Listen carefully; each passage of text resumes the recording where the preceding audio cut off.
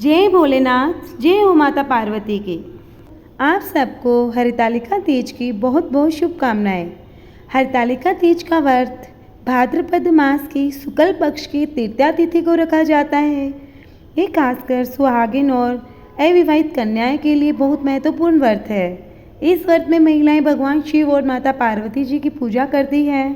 तृतीया तिथि प्रारंभ हो रही है 25 अगस्त सोमवार दोपहर 12:35 पर और तिथि का समापन हो रहा है 26 अगस्त मंगलवार दोपहर 1:54 पर।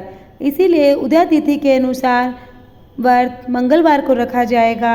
इस दिन स्त्रियां पति की लंबी उम्र, सुख, समृद्धि और अखंड सौभाग्य के लिए व्रत रखती है। अच्छा पति पाने के लिए अविवाहित कन्याएं इस व्रत को रखती है। इस व्रत से वैवाहिक जीवन में खुशियां और स्थिरता बनी रहती है। महिलाएं दिन भर निर्जला उपवास रखती है। शाम को भगवान शिव पार्वती की मिट्टी की प्रतिमा बनाकर पूजन करती है। कथा सुनाई जाती है। रात्रि में जागरण किया जाता है। अगले दिन सुबह व्रत का पारण किया जाता है। यह व्रत केवल धार्मिक नहीं बल्कि पति पत्नी के रिश्ते में विश्वास और समर्पण का प्रतीक है। साथ ही यह त्याग, प्रेम और निष्ठा का भी संदेश देता है। चलिए अब हरितालिका तीज की कथा को हम प्रारंभ करते हैं। इस व्रत के महात्म्य की कथा भगवान शिव ने पार्वती जी को उनके पूर्व जन्म का स्मरण कराने के मकसद से इस प्रकार से कही थी।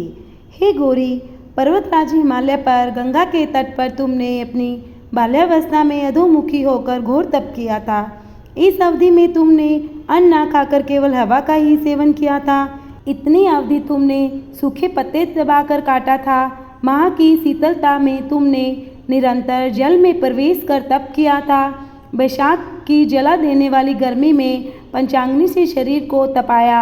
श्रावण की मूसलाधार वर्षा में खुले आसमान के नीचे बिना अन्न जल ग्रहण के व्यतीत किया।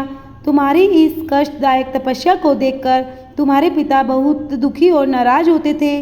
तब एक दिन तुम्हारी तपस्या और पिता की नाराजगी को देखकर नारद जी तुम्हारे घर पधारे। तुम्हारे पिता द्वारा आने का कारण पूछने पर नारद जी बोले, हे गिरिराज, मैं भगवान विष्णु के भेजने पर यहाँ आया हूँ। आपकी कन्या की घोर तपस्या से प्रसन्न होकर वह उससे विवाह करना चाहते हैं। इस बारे में मैं आपकी राय जानना चाहता हूँ। नारद जी की बात सुनकर पर्वतराज अति प्रसन्नता के साथ बोले, श्रीमान, यदि स्वयं विष्णु मेरी कन्या का वरण करना चाहते हैं तो मुझे क्या आपत्ति हो सकती है। वे तो साक्षात ब्रह्मा हैं। यह तो हर पिता की इच्छा होती है कि उसकी पुत्री सुख संपदा से युक्त पति के घर की लक्ष्मी बने। नारद जी तुम्हारे पिता की स्वीकृति पाकर विष्णु जी के पास गए और विवाह तय होने का समाचार सुनाया। परंतु जब तुम्हें इस विवाह के बारे में पता चला तो तुम्हारे दुख का ठिकाना न रहा। तुमने इस प्रकार से दुखी देखकर तुम्हारी एक सहेली ने तुम्हारे दुख का कारण पूछने पर तुमने बताया, मैंने सच्चे मन से भगवान शिव का वरण किया है, परंतु मेरे पिता ने मेरा विवाह विष्णु जी के साथ तय कर दिया है। मैं विचित्र धर्म संकट में हूँ। अब मेरे पास प्राण त्यागने के अलावा दूसरा कोई उपाय नहीं बचा। तुम्हारी सखी बहुत समझदार थी। उसने कहा, प्राण छोड़ने का यहाँ कारण ही क्या है। संकट के समय धैर्य से काम लेना चाहिए। भारतीय नारी के जीवन की सार्थकता इसी में है। जिसे मन में पति के रूप में एक बार वरण कर लिया, जीवन पर्यंत उसी से निर्वाह करे। सच्ची आस्था और एक निष्ठा के समक्ष तो भगवान भी ऐसा है। मैं तुम्हें घनघोर वन में ले चलती हूँ, जो साधना थल भी है और जहाँ तुम्हारे पिता तुम्हें खोज नहीं पाएंगे। मुझे पूर्ण विश्वास है ईश्वर अवश्य ही तुम्हारी सहायता करेंगे। तुमने ऐसा ही किया। तुम्हारे पिता तुम्हें घर में ना पाकर बड़े चिंतित और दुखी हुए। वह सोचने लगे कि मैंने तो विष्णु जी से अपनी पुत्री का विवाह तय कर दिया है। यदि भगवान विष्णु बारात लेकर आ गए तो कन्या घर पर नहीं मिली तो बहुत अपमान होगा। ऐसा विचार कर पर्वतराज ने चारों ओर तुम्हारी खोज शुरू करवा दी। इधर तुम्हारी खोज होती रही, उधर तुम्हारी सहेली के साथ नदी के तट पर एक गुफा में मेरी आराधना में लीन रहने लगी।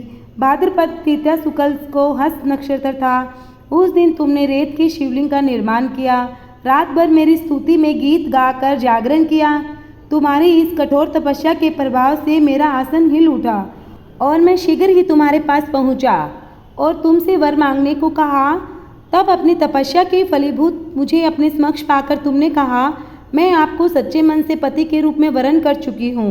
यदि आप सचमुच मेरी तपस्या से प्रसन्न होकर यहाँ पधारे हैं तो मुझे अपनी अर्धांगिनी के रूप में स्वीकार कर लीजिए।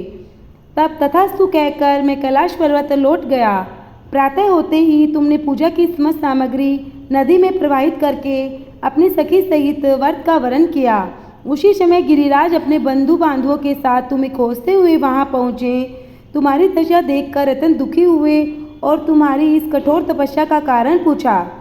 तब तुमने कहा, पिताजी, मैंने अपने जीवन का अधिकांश समय कठोर तपस्या में बिताया है। मेरी इस तपस्या के केवल उद्देश्य महादेव जी को पति के रूप में प्राप्त करना था। आज मैं अपनी तपस्या की कसौटी पर खरी उतर चुकी हूँ। चूँकि आप मेरा विवाह विष्णु जी से करने का निश्चय कर चुके हैं, इसीलिए मैं अपने आराध्य की तलाश में घर से चली गई। अब मैं आपके साथ इसी शर्त पर घर पर चलूँगी कि आप मेरा विवाह महादेव जी के साथ ही करेंगे। पर्वतराज ने तुम्हारी इच्छा स्वीकार कर ली और तुम्हें घर वापस ले आए। कुछ समय बाद उन्होंने पूरे विधि विधान के साथ तुम्हारा विवाह किया। भगवान शिव ने आगे कहा, हे पार्वती, भाद्रपद की शुक्ल तृतीया को तुमने मेरी आराधना करके जो व्रत किया था, उसी के परिणाम स्वरूप हम दोनों का विवाह संभव हो सका। इस व्रत का महत्व यह है कि मैं इस व्रत को पूर्ण निष्ठा से करने वाली प्रत्येक स्त्री को मन वांछित फल देता हूँ। इस व्रत को हरितालिका इसलिए कहा जाता है क्योंकि पार्वती जी की सखी उन्हें पिता और प्रदेश से हर कर एक जंगल में ले गई थी। हरत अर्थात हरण करना और आलिका अर्थात सखी सहेली। भगवान शिव ने पार्वती जी से कहा, इस व्रत को जो भी स्त्री पूर्ण श्रद्धा से करेगी उसे तुम्हारी तरह अचल सुहाग प्राप्त होगा। जय हो माता पार्वती की।